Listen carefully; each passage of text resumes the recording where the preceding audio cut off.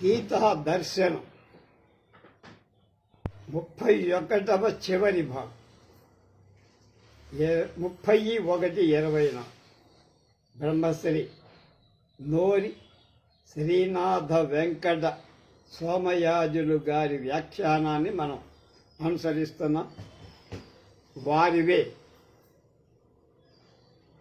బ్రహ్మసూత్రాలు, ఉపనిషత్తులు, దశోపనిషత్తులకు కూడా శంకరాచార్యుల వారు రాసిన వ్యాఖ్యానానికి ఈయన తెలుగులో వ్యాఖ్యానం రాశారు. దీంతో దశోపనిషత్తులు అయ్యాయి. బ్రహ్మసూత్రాలు వాయింది మనం చేశాం. ఇప్పుడు భగవద్గీత ఇవాళతో పూర్తయిపోతుంది. అంటే ప్రస్థానత్రయం మూడిటికి మనం ఈ లైవ్ అంటే ప్రత్యక్ష ప్రసారం చేసిన అదృష్టవంతులు అవుతున్నాం. ఇవాళతో ఇది అయిపోతుంది. రేపటి నుంచి సర్వసిద్ధాంత సౌరభ అద్వైతానంద స్వామి వారిది ద్వైత మతం. ఆ తర్వాత మతాలు ఎలా వచ్చాయి, అద్వైతం పూర్తయిపోయిన తర్వాత ద్వైత మతం, మిగతా మతాలు ఎలా ఉన్నాయి, వాటి గురించి తెలుసుకోండి. బ్రాహ్మణుడు మోక్ష సన్యాస యోగంలో ఉన్న బ్రాహ్మణ క్షత్రియ విశాంసు శూద్రాణాంచ పరంతప కర్మాణి ప్రవిభక్తాని స్వభావ ప్రభవైర్గుణై శత్రు సంహార. అర్జున, బ్రాహ్మణ క్షత్రియ వైశ్య శూద్ర కర్మలు వాళ్ళ స్వభావంతో పుట్టిన గుణాలను అనుసరించే విభజింపబడ్డాయి. స్వభావం అంటే ఈశ్వర ప్రకృతి, అది త్రిగుణాత్మకం. దాన్నే మాయ అంట.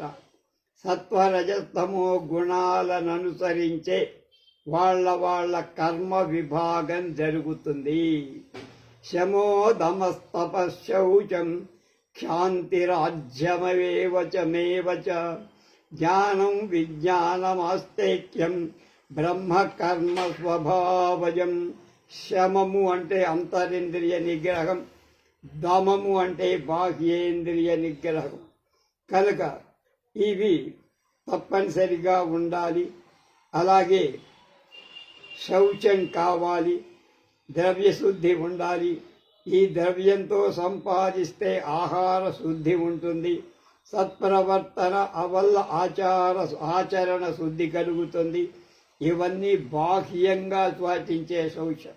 మోసం, కపటం, రాగద్వేషాలు లేకుండా ఉంటే అది అంతఃకరణం స్వచ్ఛంగా ఉన్నట్టు. శాంతి అంటే ఓర్మి కలిగి ఉండటం. ఆర్జవం అంటే రుజు స్వభావం, తిన్నగా ఉండటం అనేది. శాస్త్రీయ పదార్థ విజ్ఞానం, జ్ఞానం అంటే సైంటిఫిక్ నాలెడ్జ్ అని. విజ్ఞానం శాస్త్రార్థాన్ని అనుభవంలోకి తీసుకురా. ఆస్తిక్యం అంటే ఈశ్వరుడిలో పరలోకంలో శ్రద్ధ కలిగి ఉండటం. వేదశాస్త్రాలు చదవటం, చదివించటం ఇవన్నీ బ్రాహ్మణ స్వభావానికి సహజ సిద్ధమైన కర్మలు. శౌర్యం తేజోధృతిర్దాక్ష్యం యుద్ధే చాప్య పలాయనం దానమీశ్వర భావశ్చ క్షత్ర కర్మ స్వభావజం. శూరత్వం, తేజస్సు, శత్రువుల చేత శత్రువుల చేత అణచివేయటానికి శక్యం కాకుండా ఉండటం. దీనే ప్రతాపమని ప్రభావమని అంట. ధృతి, ధైర్యం, ఆపదలలో కూడా దేహేంద్రియాలను అదుపులో ఉంచుకో. దాక్ష్యం, కర్తవ్యాన్ని వెంటనే నిర్ణయించి పాలించటంలో నేర్పరిత. దీన్నే చాతుర్యం అంటారు. అది యుద్ధక్షేత్రం నుండి పారిపోకుండా ఉండటం, దానం చేయటం, ప్రభుశక్తిని ప్రకటించటం, దురాచారుల్ని శిక్షించటం, సదాచారుల్ని రక్షించటం, శాసనం ఇవన్నీ కూడా క్షత్రియ జాతికి పూర్వకర్మ సంస్కారాల వల్ల కలిగిన స్వాభావిక కర్మ. కృషి, గౌరక్ష, వాణిజ్యం, వైశ్వకర్మ వైశ్యకర్మ స్వభావజం పరిచర్యాత్మకం కర్మ శూద్రస్యాపి స్వభావజం. వ్యవసాయం భూమిని దున్ని సాగు చేయడం, ఆవుల్ని పోషించడం, అంటే జంతువులు ఏవైనా సరే వాదిచ్చే క్రయ విక్రయాదులతో వర్తకం చేయడం వైశ్య జాతి యొక్క పూర్వ సంస్కారం కలిగిన కర్మ. శూద్రులకు సమాజాన్ని శుశ్రూష సేవ చేయటం స్వాభావికమైన కర్మ, పూర్వ సంస్కారం వల్ల కలిగిన కర్మ. స్వే స్వే కర్మణ్య భారతః సంసిద్ధిం లభతే నరః స్వకర్మ నిరతః సిద్ధిం యథా విందతి తృక్షను. శాస్త్రాల చేత తమ తమ వర్ణాలకు విధింపబడిన అంటే కులాల కర్మలను అనుష్ఠిస్తూ ఉండటం వల్ల పురుషుడి పాపం నశించి శరీరానికి ఇంద్రియాలకు జ్ఞాన నిష్టకు తగిన యోగ్యత లభిస్తుంది, చిత్తశుద్ధి లభిస్తుంది. స్వకర్మానుష్ఠానం వల్లనే ఇంతటి గొప్ప ఫలితం లభిస్తుందా అని అనుమానించక్కర్ల. స్వకర్మానుష్ఠాన పరుడు ఏ విధంగా భగవత్ ప్రాప్తి అనే పరమసిద్ధిని పొందుతాడు ఇప్పుడు చెప్తున్నా విను. యత ప్రవృత్తిర్భూతానాం ఏన సర్వమిదం పదం స్వకర్మణా తమభ్యర్చ్య సిద్ధిం విందతి మానవః. అంతర్యామి అయిన ఏ పరమేశ్వరుడి వల్ల సమస్త ప్రాణుల యొక్క ఉత్పత్తి జరుగుతుందో, ఏ పరమాత్మ చేత ఈ సమస్త జగత్తు వ్యాప్తమై ఉందో అలాంటి పరమేశ్వరుణ్ణి తమ తమ వర్ణ ఆశ్రమ ఉచిత కర్మల ద్వారా పూజించి మానవుడు జ్ఞాన నిష్టకు తగిన యోగ్యతను సంపాదించుకోవటానికి అవసరమైన బుద్ధిని పొందుతాడు. ఏ వర్ణానికి, ఏ ఆశ్రమానికి, ఏ వృత్తికి చెందినవాడైనా సముచితమైన తమ కర్మల ద్వారా భగవంతుణ్ణి పూజించే అధికారం అందరికీ ఉంటుంది. శమదమాది కర్మల ద్వారా బ్రాహ్మణుడు పరమాత్మను పూజించి ఏ పదాన్ని పొందుతాడు ఆ పదాన్ని స్వకర్మ అనుష్ఠానంతో ఇతర వర్ణాల వాళ్ళు కూడా పొందగలుగుతారు. అలాగే ఈ కాలంలో తమ ఉద్యోగ వృత్తుల ద్వారా భగవద్ ఆరాధన చేసే వాళ్ళకు కూడా ఆ పదమే లభిస్తుంది. కాబట్టి కర్మబంధనాల నుండి విముక్తి పొంది భగవంతుణ్ణి చేరటానికి ఇది తేలిక మార్గం. కాబట్టి తమ తమ కర్తవ్యాన్ని పాలించటం ద్వారా భగవంతుణ్ణి పూజించడం సులభమైన మార్గం. దీనివల్ల చిత్తశుద్ధి కలిగి జ్ఞాన నిష్ట కలుగు. శ్రేయాన్ స్వధర్మో విగుణః సుగుణః పరధర్మాత్ స్వనుష్ఠితాత్ స్వభావనియతం కర్మ కుర్వన్నాప్నోతి కిల్బిషం. స్వధర్మాన్ని ఆచరించటం ద్వారా ఈశ్వర ఆరాధనం చేసే వాడికి జ్ఞాన నిష్ఠాయోగ్యత కలుగుతుంది. కాబట్టి పరధర్మాన్ని ఎంత చక్కగా ఆచరించినా ఆ పరధర్మం కంటే కొంచెం లోపం ఉన్నప్పటికీ అంటే తక్కువగా చేసిన స్వీయ ధర్మమే ప్రశస్తతరం. స్వభావం చేత నియమితమైన స్వధర్మాన్ని ఆచరించేవాడు పాపం పొందడు. వర్ణాశ్రమాలను అనుసరించి చెప్పబడిన కర్మనే స్వభావ నియతం కర్మ అనే చోట మనం గ్రహించాలంటున్నారు సోమయాజు. తన స్వాభావికమైన కర్మను న్యాయంగా ఆచరించేటప్పుడు హింసాదులు ఆచరించకుండా వచ్చినా, ఉరి వేయాల్సి వచ్చినా వాడికి పాపం అంటదు, ఎందుకని విధి కనుక. కానీ ఇతరుల ధర్మంలో జోక్యం చేసుకోవడం, పరవృత్తికి భంగం కలిగించడం, ఇతరుల వృత్తిని పాడు చేయటం అనే పాపం మాత్రం తప్పక వస్తుంది.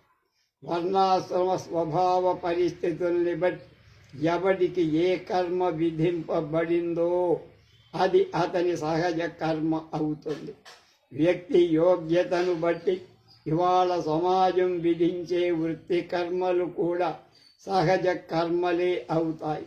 ఈ అధ్యాయంలో ప్రయోగింపబడిన స్వధర్మం, స్వకర్మం, నియత కర్మ, స్వభావ నియత కర్మ, సహజ కర్మ మొదలైనవన్నీ ఒకే అర్థం, సమానార్థం.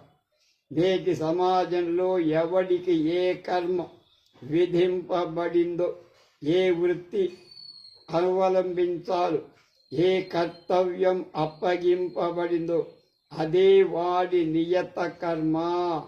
ఆ కర్మ ద్వారానే ఈశ్వరారాధన చేయటం విధి. అంతే తప్ప ఏనాడు విధింపబడిన తపోయుద్ధ వాణిజ్య సేవాదులే ఇవాల్టికి కూడా అన్వయిస్తాయని అనుకోవడం కాల గమనాన్ని గుర్తించకపోవటం అవుతుంది. కాలం పరబ్రహ్మ స్వరూపమని గుర్తించాలి. దాన్ని అనుసరించకపోతే వ్యక్తికి, సమాజానికి పతనం తప్పదని సోమయాజులు హెచ్చరించి చెబుతున్నారు మనకి.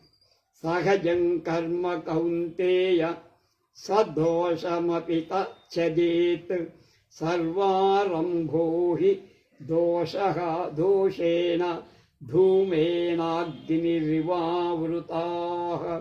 అర్జున, తప్పు లేక దోషంతో కూడిందైన సహజ కర్మలను వదలకూడదు.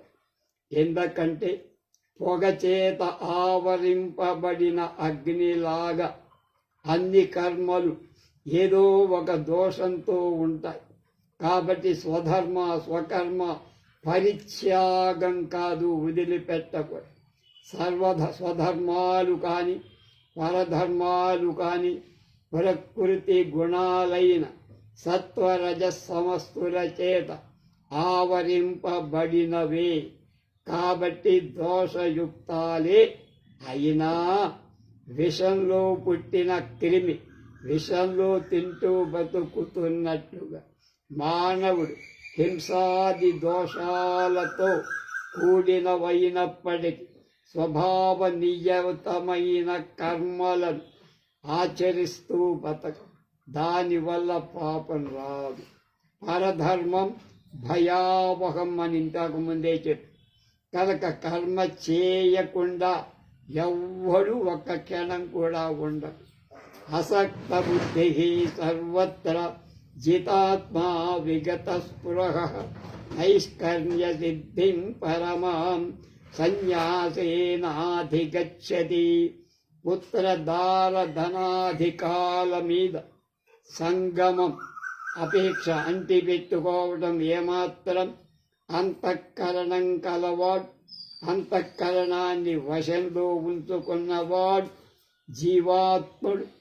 శరీరంలో, జీవితంలో, భోగాలలో కృష్ణ ఏమాత్రం లేనివాడు ఆత్మజ్ఞుడు. సాంఖ్యయోగం ద్వారా పరమ నైష్కర్మ్య సిద్ధిని పొందుతాడు. సమ్యక్ దర్శన పూర్వకమైన సర్వకర్మ సన్యాసం చేత నిష్క్రియాత్మకమైన భావరూపమైన సిద్ధిని పొందుతాడు. అంటే సర్వకర్మల నుండి నివృత్తి పొందటం రూపంలో మోక్షాన్ని పొందుతాడు. సిద్ధిం ప్రాప్తో యథా బ్రహ్మ తథా పునోతి నిబోధమే. సమాసేనైవ కౌంతేయ నిష్ఠాజ్ఞానస్య యా పరా. అర్జున, జ్ఞానయోగానికి పరానిష్ట అయిన నైష్కర్మ్య సిద్ధిని ఏ విధంగా పొంది మానవుడు పరమాత్మను పొందుతాడు, ఆ పద్ధతిని జ్ఞాననిష్టా ప్రాప్తి క్రమాన్ని సంక్షేపంగా చెబుతావి. నైష్కర్మ్య సిద్ధి అనేది జ్ఞానయోగం యొక్క ఉత్కృష్ట స్థితి, అంతిమ స్థితి. దీన్నే పరాభక్తి అంటారు. తత్వజ్ఞానం అని కూడా అంటారు. ఇదివరకు చెప్పబడిన నైష్కర్మ్య సిద్ధినే ఇక్కడ సిద్ధి అని, పరానిష్ట అని పేరు మార్చి అన్నాడంతే. ఈ శ్లోకంలో బ్రహ్మను పొందటం అంటే తత్వజ్ఞానం ద్వారా అభిన్న భావంతో పరమాత్మలో చేరడం. చిత్తశుద్ధిని సాధించిన వాడు సర్వకర్మ సన్యాసం చేసి ఏ విధమైన జ్ఞాననిష్టను అనుసరించాలో తర్వాత చెప్పే శ్లోకాల్లో చెప్తున్నారు. బుద్ధ్యా విశుద్ధయా యుక్తో ధృత్యాత్మానం నియమ్య చ శబ్దాదీన్ విషయాన్ త్యక్త్వా రాగద్వేషౌ వ్యుదస్య చ వివిక్తసేవీ లఘ్వాసి యత వాక్కాయమానసః ధ్యానయోగపరో నిత్యం వైరాగ్యం సముపాశ్రితః అహంకారం బలం దర్పం కామం క్రోధం పరిగ్రహం విముచ్య నిర్మమః శాంతో బ్రహ్మభూయాయ కల్పతే.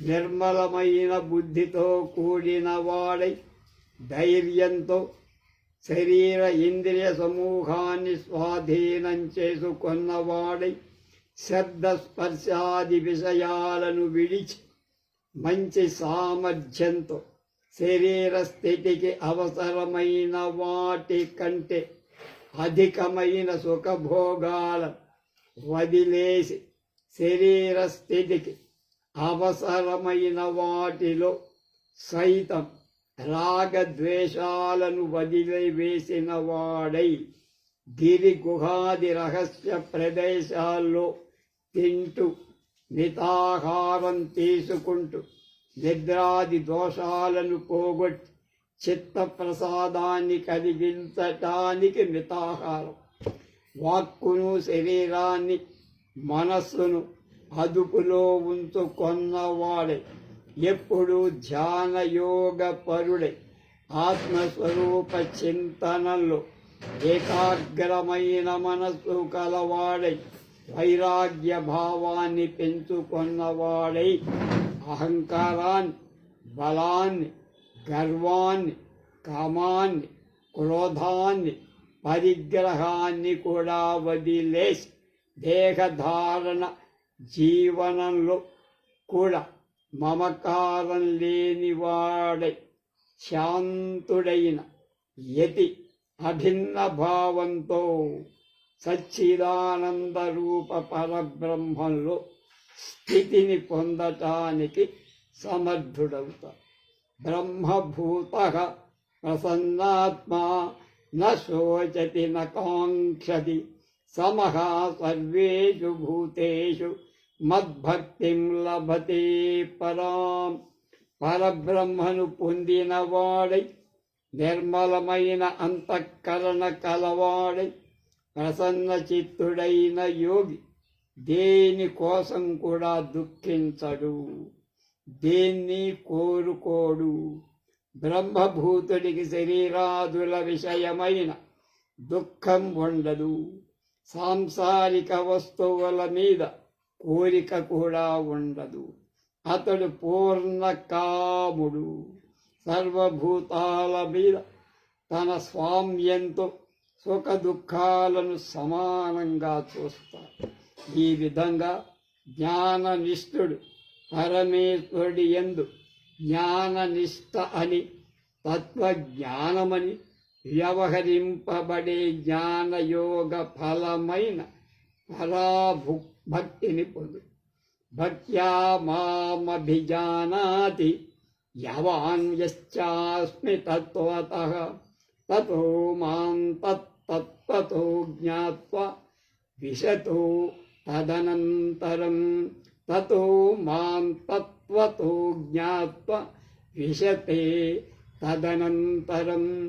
ఆ విధమైన సమాధి చే సాధింపతగిన పరాభక్తి ద్వారా పరమాత్మనైన నేను ఎలాంటి వాడినో ఎంతటి వాడినో తత్వగా తెలుసుకోగలుగుతా. ఆర్తుడు, జిజ్ఞాసువు, అర్థార్థి అనే భక్తత్రయానికి ఉండే భక్తి కంటే నాల్గవదైన ఈ పరాభక్తి భిన్నమైంది. ఈ పరాభక్తి జ్ఞాననిష్ట కలవాడికి ఉండే భక్తి. దీని ద్వారానే తత్వజ్ఞుడైన యోగి పరమాత్మ యొక్క సాకార నిరాకార రూపాలను తెలుసుకోగలుగుతా. అంటే సాకారుడు నిరాకారుడుగా, నిరాకారుడు సాకారుడుగా ఎలా అవుతాడో తెలుసుకోగలుగు. అలాంటి వాడికి ఇంకా తెలుసుకోవాల్సిందేమీ ఉండదు. అలాంటి వాడు వెంటనే నాలో లీనమైపోతాడు, నన్నే పొందు. సర్వకర్మాణ్యపి సదా కుర్వాణో మద్వ్యపాశ్రయః మత్ప్రసాదాదవాప్నోతి శాశ్వతం పదమవ్యయం. సమస్త కర్మలు చేస్తూ వాటికి ఫలమైన భోగాలు కూడా భగవత్ అర్పణం చేసిన కర్మయోగి తన దేహేంద్రియ మనస్సుల ద్వారా కర్మలు చేస్తూ ఉన్నా వాసుదేవుడే ఆశ్రయంగా కలవాడై పరమాత్మ మీద సర్వాత్మనాభావం కలవాడై ఉన్నందువల్ల ఈశ్వర అనుగ్రహం వల్ల నిత్యం అవ్యయం అయిన పరమ పదాన్ని పొందుతా. సమస్త కర్మలను, పరిగ్రహాలను, భోగాలను పరిచదించి ధ్యానం ద్వారా సాంఖ్యయోగి ఏ పదవి పొందుతాడో దాన్నే భగవంతుణ్ణి ఆశ్రయించిన కర్మయోగి స్వీయ ఆశ్రమానికి తగిన ఉచితమైన కర్మలు ఆచరిస్తూ కూడా ఆ పదాన్నే పొందుతారు. అంటే ఇద్దరికీ లభించిన ఫలంలో భేదం లేదు. మళ్ళా ఒక్కసారి సమస్త కర్మలను, పరిగ్రహాలను, భోగాలను పరిత్యజించి ధ్యానం ద్వారా సాంఖ్యయోగి ఏ పదవి పొందుతాడు అంటే ఏ పదవి పొందాడు? పరమాత్మ పదవిని పొందాడు. దానినే భగవంతుణ్ణి ఆశ్రయించిన కర్మయోగి స్వీయ ఆశ్రమ ఉచితమైన కర్మలు ఆచరిస్తూ కూడా భగవంతుని పొందు. చేతసా సర్వకర్మాణి మయి సన్యస్య మత్పరః బుద్ధియోగమవాప్ముపాశ్రిత్య మచ్చిత్తః సతతం భవ. బుద్ధియోగముపాశ్రిత్య మచ్చిత్తః సతతం భవ. కాబట్టి అర్జున, ఇక నుండి నువ్వు పరమేశ్వర అనుగ్రహం వల్ల కలిగిన వివేక బుద్ధితో సమస్త కర్మలు నాయందే అంటే పరమేశ్వరుడిలో అర్పించి నన్నే అంటే పరమాత్మనే పరమ ఆశ్రయంగా తలచి బుద్ధి యోగాన్ని ఆశ్రయించి నా మీదే ఎప్పుడు మనసు లగ్నం చేసి ఉండు. సిద్ధి అసిద్ధి, సుఖం దుఃఖం, లాభం హాని ఇలా సమస్తమైన ద్వంద్వాలలోనూ కలిగి ఉండటమే బుద్ధి యోగం. కనుక అన్ని విషయాలు నన్నే, సుఖం వచ్చినా దుఃఖం వచ్చినా కష్టం వచ్చినా మచ్చిత్తః సర్వదుర్గాని మత్ప్రసాదాత్ తరిష్యసి. అభచేత్వహంకార నశ్రోష్యసి వినంక్ష్యసి. నువ్వు పైన చెప్పిన విధంగా నాకు అర్పింపబడిన మనస్సు కలవాడివైతే నా దయ వల్ల పరమేశ్వర అనుగ్రహం వల్ల సమస్తమైన కష్టాలు తేలికగా దాటగలుగుతావు.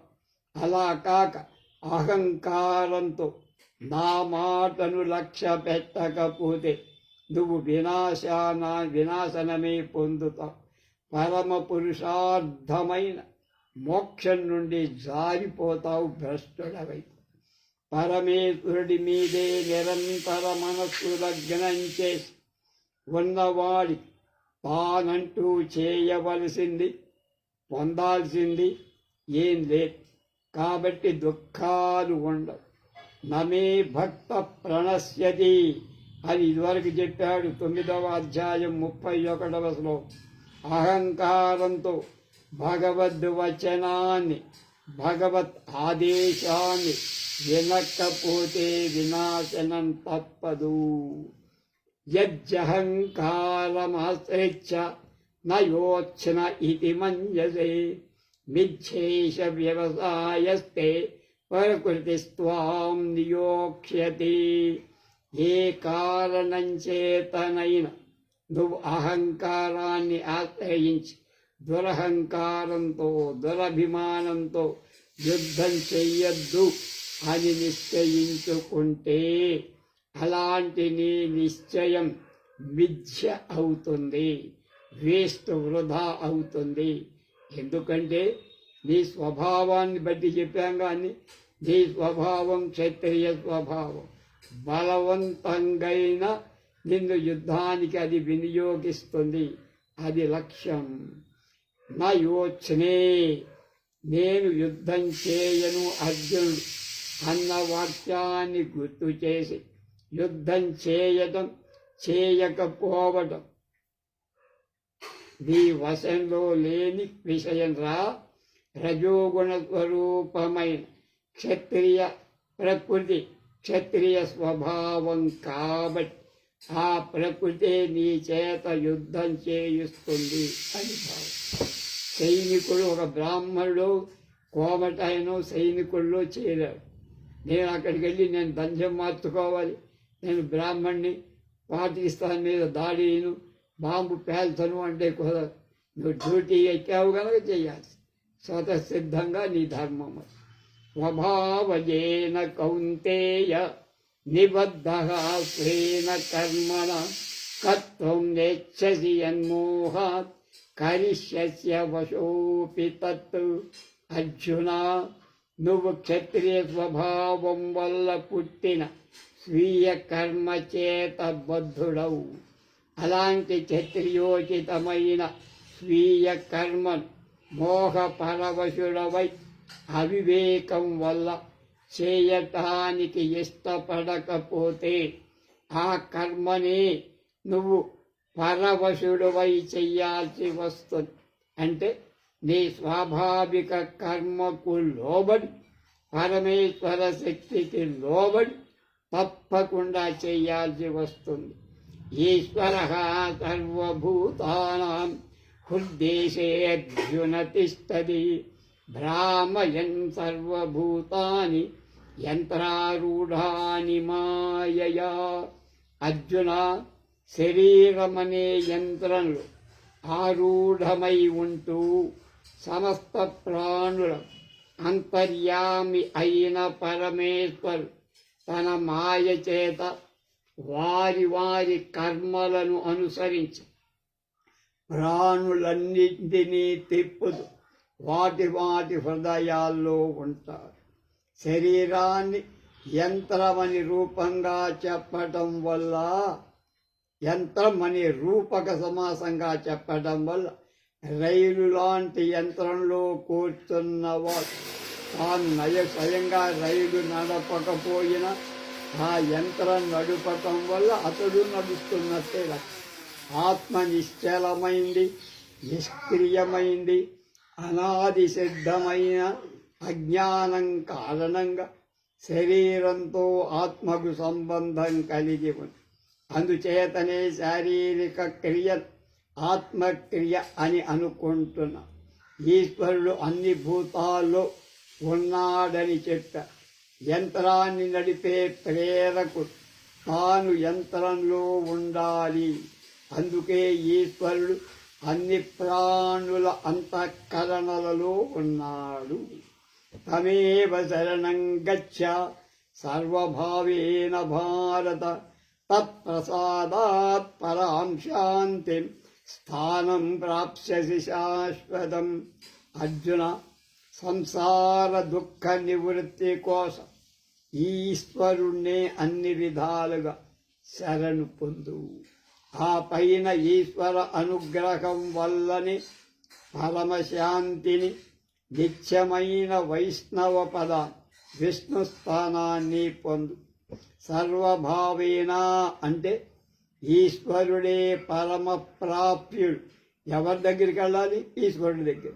అది ప్రాప్తి, అది పరమగతి, పరగతి, పరమ ఆశ్రయం, సర్వస్వం. అతడే స్వామి, భర్త, ప్రేరకుడు, రక్షకుడు, హితైషుడు అని అన్నీ ఆయనే అని అనుకోవాలి. పరమశాంతిని పొందటం అంటే సచ్చిదానంద ఘన పరబ్రహ్మ సనాతనుడు అయిన పరమేశ్వరుణ్ణి అభేద భావంతో నేను ఆయనే, ఆయనే నేను అనే భావం. ఇది జ్ఞానమాఖ్యాతం గుహ్యాద్గుహ్యతరం మయ విమృశ్యైచ్చేత తదేశ విమృశ్యైచ్చేతదశేషేణ యథేచ్ఛది యథా కురు. ఈ విధంగా మిక్కిలి రహస్యమైన ఈ జ్ఞానాన్ని నీకు తెలియచేశా. నేను చెప్పిన ఈ శాస్త్రాలన్నిటినీ చక్కగా ఆలోచించి నీ ఇష్టం వచ్చినట్టు చెయ్యి.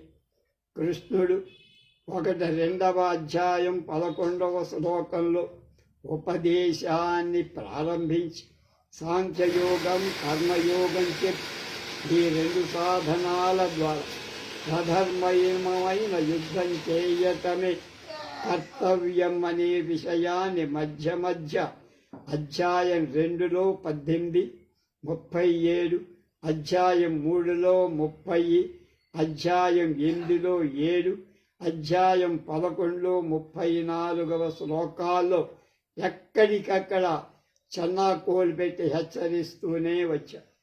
అప్పటికి అర్జునుడి తన నిర్ణయాన్ని చెప్పకపోవటం వల్ల చివరికిలో ఈ విధంగా నిర్ణయాన్ని అతనికే వదిలేస్తూ హెచ్చరిక చెప్పా. సర్వగుహ్యతమం భూయః శృణు మే పరమం వచః ఇష్టాసి మే దృఢమితి తతో వక్ష్యామి తే హితం. రహస్యాలన్నిటిలో బాగా రహస్యమైన దాన్ని అనేకసార్లు నీకు చెప్పిందే అయినా మళ్ళీ ఇంకొకసారి పాడిందే పాటగా పాడుతూ చెబుతున్నావి. నేను చెప్పే విషయం నీ వల్ల కలిగే భయం వల్ల కాని, మరే కారణం వల్ల కాని నేనేం చెప్పటంలా. నిజంగా నువ్వు నాకు మిక్కిలి ప్రియమైన వాడివి అయినందువల్ల నీ హితాన్ని కోరి జ్ఞానప్రాప్తి సాధనాన్ని చెబుతున్నా విను. నీకిది మిక్కిలి హితమైంది, మేలు చేస్తూ. మన్మనా భవ మద్భక్తో మధ్యాయీ మాం నమస్కురు మామే వైశ్యసి సత్యంతే ప్రతిజానే ప్రియోసి మే. నువ్వు నా మీదే మనస్సు లేదు, నన్నే భజించు, నన్నే సేవించు, నన్ను గూర్చే యోగం చెయ్యి, నన్నే పూజించు, నాకే నమస్కరించు. ఈ విధంగా నువ్వు పరమాత్ముడైన నాయందే సమస్తము అర్పించేవాడైతే నా దయ వల్ల నువ్వు నన్నే పొందగలవు. నన్ను అంటే పరమాత్మను. నువ్వు నాకు ప్రియమైన వాడవు కాబట్టి 18 అధ్యాయాలు వాయించా నీకోసం. కనుక నువ్వు సత్యాన్ని ప్రతిజ్ఞ చేసి చెబుతున్నా నీకు. సర్వధర్మాన్ పరిత్యజ్య మామేకం శరణం వ్రజ అహం త్వా సర్వపాపేభ్యో మోక్షయిష్యామి మా శుచః. ఇది గీతాశాస్త్రానికి ఉపసంహారకమైన శ్లోకం.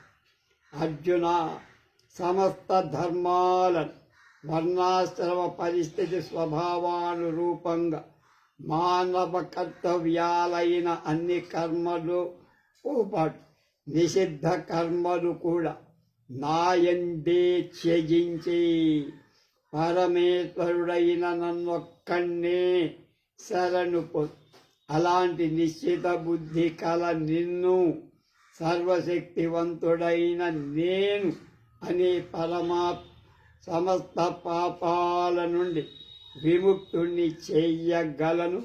నువ్వు దుఃఖపడాల్సిన పనిలే. ఈశ్వర శరణాగతి అనేది అన్ని శాస్త్రాల పరమ రహస్యం. ఏ శాస్త్రానికైనా ఆ శాస్త్రంలో చెప్పిన పరమాత్మకు సర్వసమర్పణ చెయ్యటం కావాలి. ఈశ్వర శరణాగతి అనేది లేకపోతే సన్యాసం కూడా ఫలాన్ని ఇవ్వదు. అర్జునుడు సన్యాసానికి అధికారి కాడు. అందుకే సన్యాస ఉపదేశంతో గీతాశాస్త్ర ఉపసంహారం చెయ్యకుండా ఈశ్వర శరణాగతి చెప్పి ఈ శాస్త్ర పరిసమాప్తి చేశాడు పరమాత్మ తెలివిగా. ఇక గీతాశాస్త్ర అధ్యయన లక్షణాలు చెప్పి అధ్యయన మహాత్మ్యాన్ని చెప్పి అనధికారులకు గీతాశాస్త్రోపదేశాన్ని నిషేధిస్తున్నారు. ఈ ఉపసంహార భాష్యం విపులంగా ఉంది. మొత్తం గ్రంథ సారాంశమంతా ఇందులో ఉంటుంది. ఇదంతో నా తపస్కాయ నా భక్తాయ కదాచన నూషతే చాచ్యం సచ నచ మాం యోభ్యసూయతి. ఈ రహస్యమైన గీతాశాస్త్రాన్ని తపస్సు లేని వాడికి చెప్పకూడదు. గురుభక్తి దైవభక్తి లేని వాడికి చెప్పకూడదు. దీన్ని వినాలనే కోరిక లేని వాడికి కూడా చెప్పకూడదు. నా యందు అంటే పరమేశ్వరుడి మీద దోష దృష్టి ఉన్నవాడికి, నా ఎడల అసూయ కలవాడికి కూడా చెప్పకూడదు. దీన్ని బట్టి ఈ శాస్త్ర ఉపదేశానికి అర్హుడెవడో మనకి అర్థం. ఇమం పరమం గుహ్యం మద్భక్తేష్వభిధాస్యది భక్తిం మయి పరాంకృత్య మామే వైశ్యత్య సంశయః. సంప్రదాయం ప్రకారం ఈ శాస్త్రాన్ని ప్రవర్తింపజేసే అధ్యాపకుడికి అంటే చెప్పే గురు కలిగే ఫలితాన్ని కూడా చెప్తారు. ఈ శాస్త్రం మోక్షం కోసం కాబట్టి ఉత్కృష్టమైంది, రహస్యమైంది, గుప్తమైంది. కృష్ణార్జున సంవాద రూపమైన ఈ ఉపదేశాన్ని భగవద్భక్తితో కూడిన వాళ్ళకి చెబితే అలాంటి అధ్యాపకుడు చెప్పినవాడు కూడా నన్నే పొందుతాడు. అందులో సందేహం లేదు. ఏ వర్ణానికి ఏ జాతికి చెందినవాడైన వాడు నా భక్తుడే. ఈ శాస్త్రాన్ని వినటానికి అధికారం. డబ్బు కోసం, లౌకిక ప్రయోజనం కోసం ప్రవచనం చేసేవాడు, జ్ఞానయజ్ఞ నిర్వాహకులు గమనించాల్సిన అవసరం ఇందులో ఉందని హెచ్చరిస్తున్నారు సోమయాజులు. నచ తస్మాన్ మనుష్యేషు కశ్చిన్మే ప్రియకృత్తమః భవితా నచ మే తస్మాదన్యః ప్రియతరో భువి. ఈ గీతా సంప్రదాయ ప్రవర్తకుడైన వాడి కంటే నాకు మిక్కిలి ప్రియమైన వాడు ఎవ్వడు వారిలో లే. ఈ గీతాశాస్త్ర సంప్రదాయ ప్రవర్తకుడి కంటే ఈ భూమిపై నాకు ప్రియతరుడైన వాడు ఇంకొకడు లేడు. యజ్ఞ దాన తపో పూజా సేవ శుశ్రూష జప తపాదులు పరమాత్మకు ప్రియమైనవే. కానీ వీటి అన్నిటికంటే ఈ గీతాశాస్త్ర ప్రవర్తన ప్రచారం చాలా ప్రియమైన విషయం అని అధ్యేష్యతే చ య ఇమం ధర్మ్యం సంవాదమావయోః జ్ఞానయజ్ఞేన తేనాహం ఇష్టః స్యామితి మే మతిః. ధర్మబద్ధమైన మన ఇద్దరి సంవాద రూపంలో, కృష్ణార్జున సంవాద రూపంలో ఉన్న ఈ జ్ఞాన బోధను అనుష్ఠించినవాడు జ్ఞాన యజ్ఞ రూపంలో నన్ను పూజించినట్లుగానే నేను భావిస్తాను. ఈ గీతాశాస్త్రం ధర్మ సంబద్ధమైందని, దీన్ని అనుష్ఠించడం మనస్సుతో సంబంధించిన జ్ఞానయజ్ఞం అవుతుందని, అలాంటి జ్ఞానయజ్ఞం చేత పూజింపబడిన పరమాత్మ యజ్ఞ ఫలాన్ని ఇస్తాడని గీతాశాస్త్ర ప్రవర్తకుడికి, గీతాశాస్త్ర పాఠకుడికి కలిగే ఫలితాన్ని చెబుతున్నారు. శ్రద్ధవాననసూయశ్చ శృణుయాదపి యో నరః సోపి ముక్తః శుభాన్ లోకాన్ ప్రాప్నుయాతి పుణ్యకర్మణాం.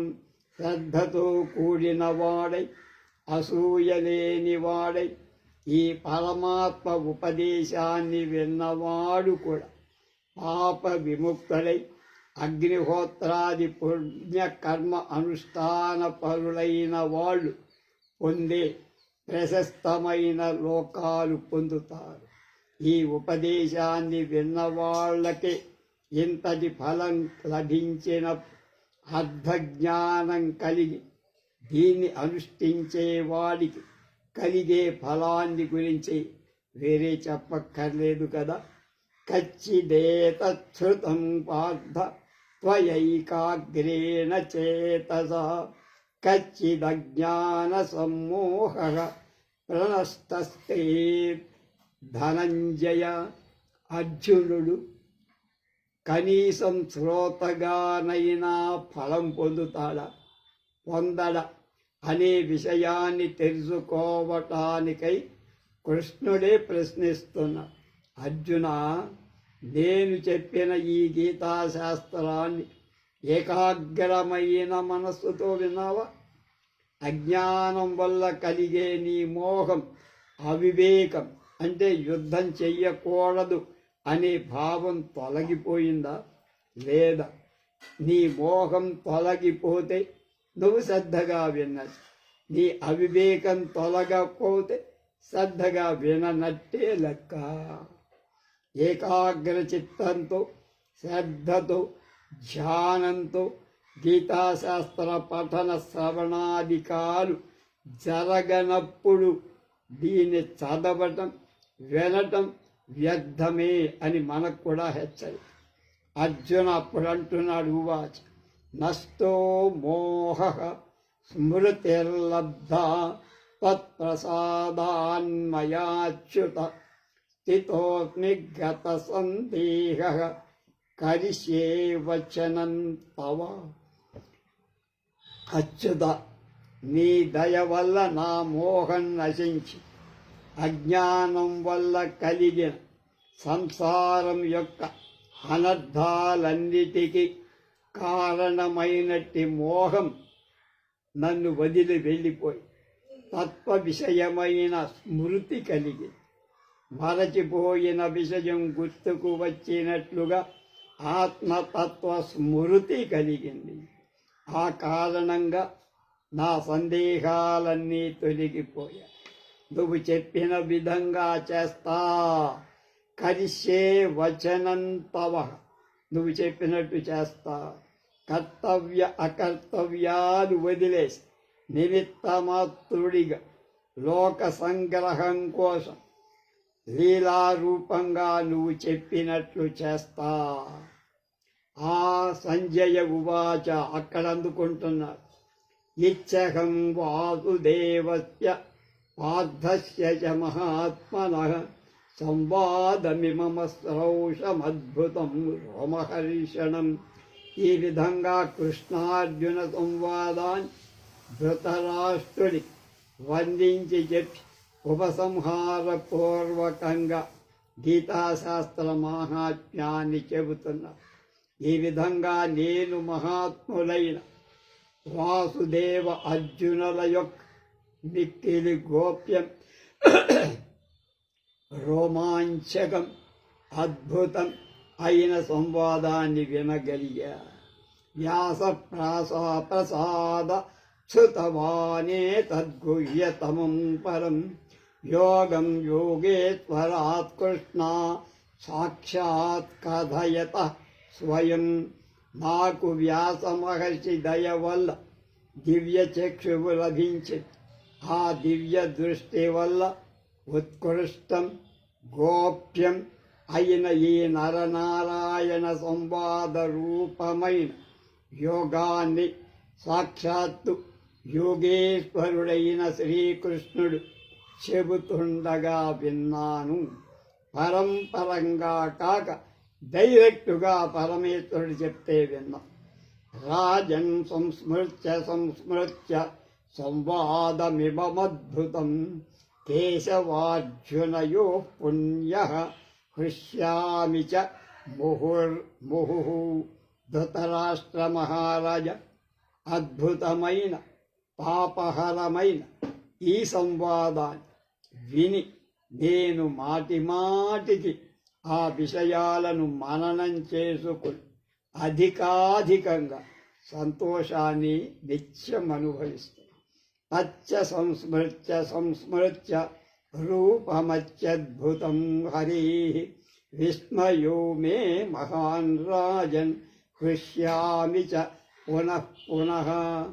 రాజా ధృతరాష్ట్ర, ఈ సందర్భంలో శ్రీకృష్ణ పరమాత్మ ప్రకటించిన విశ్వరూపాన్ని తలచుకొని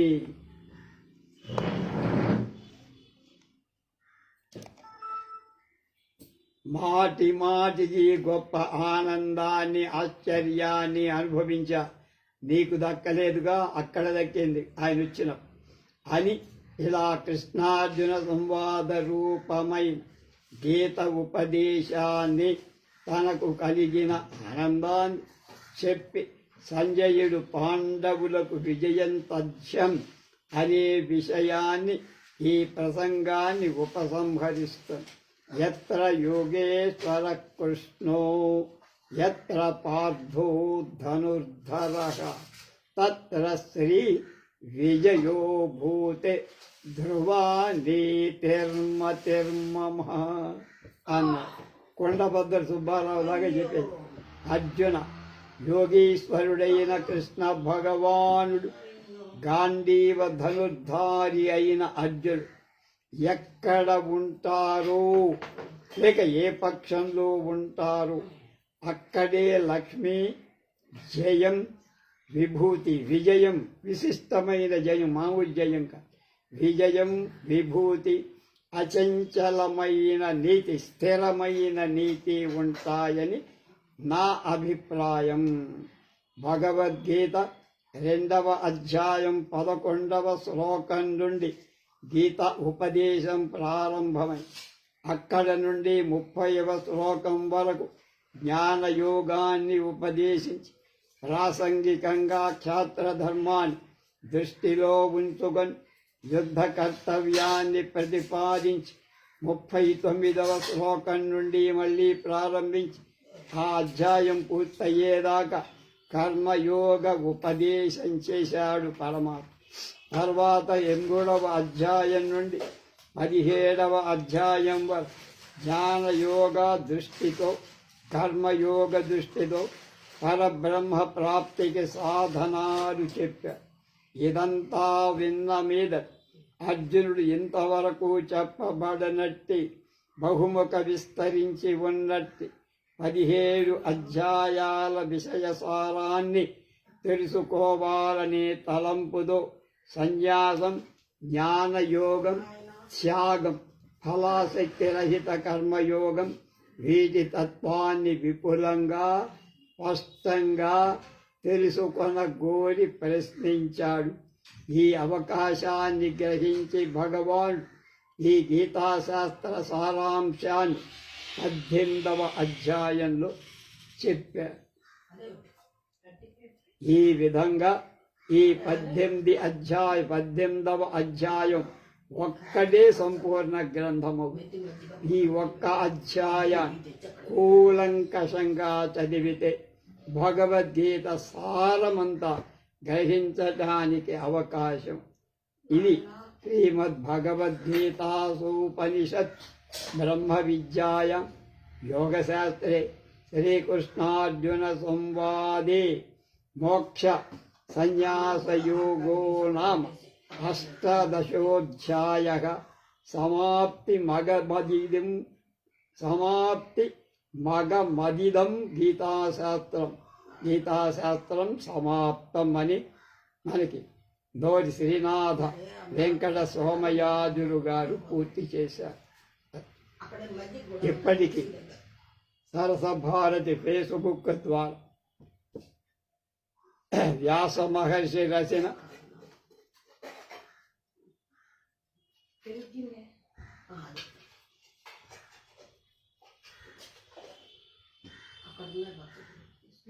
ఉపనిషత్తులు, వాటికి శంకరాచార్యులు రాసిన వ్యాఖ్యానం సంస్కృతం, అలాగే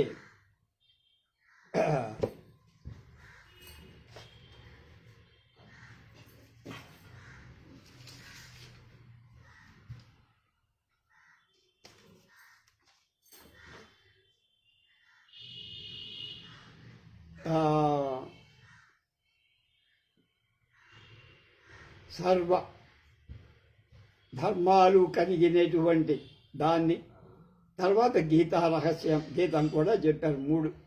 ఈ మూడింటిని శంకర భగవత్పాదులు వ్యాఖ్యానాలు రాశారు. ఈ మూడింటికి శ్రీనాథ వెంకట సోమయాజులు గారు చక్కని వ్యాఖ్యానం తెలుగులో రాశారు.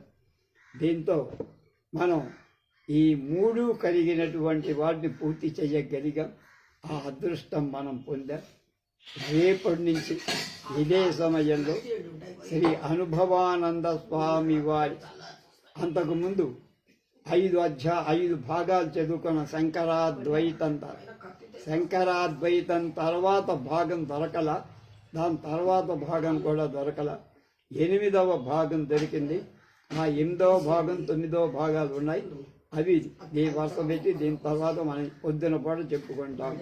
అది అనుభవానంద స్వామి వారు రాసినటువంటి సర్వ సిద్ధాంత సౌరభం 8వ భాగం రేపటి నుంచి. మొదట రేపు ఉదయం ప్రారంభం భట్టభానుడి కాదంబరి, దానికి విద్వాన్ విశ్వం గారి తెలుగు అనువాదం. మామూలు సాయంకాలం కార్యక్రమం. స్వస్తి.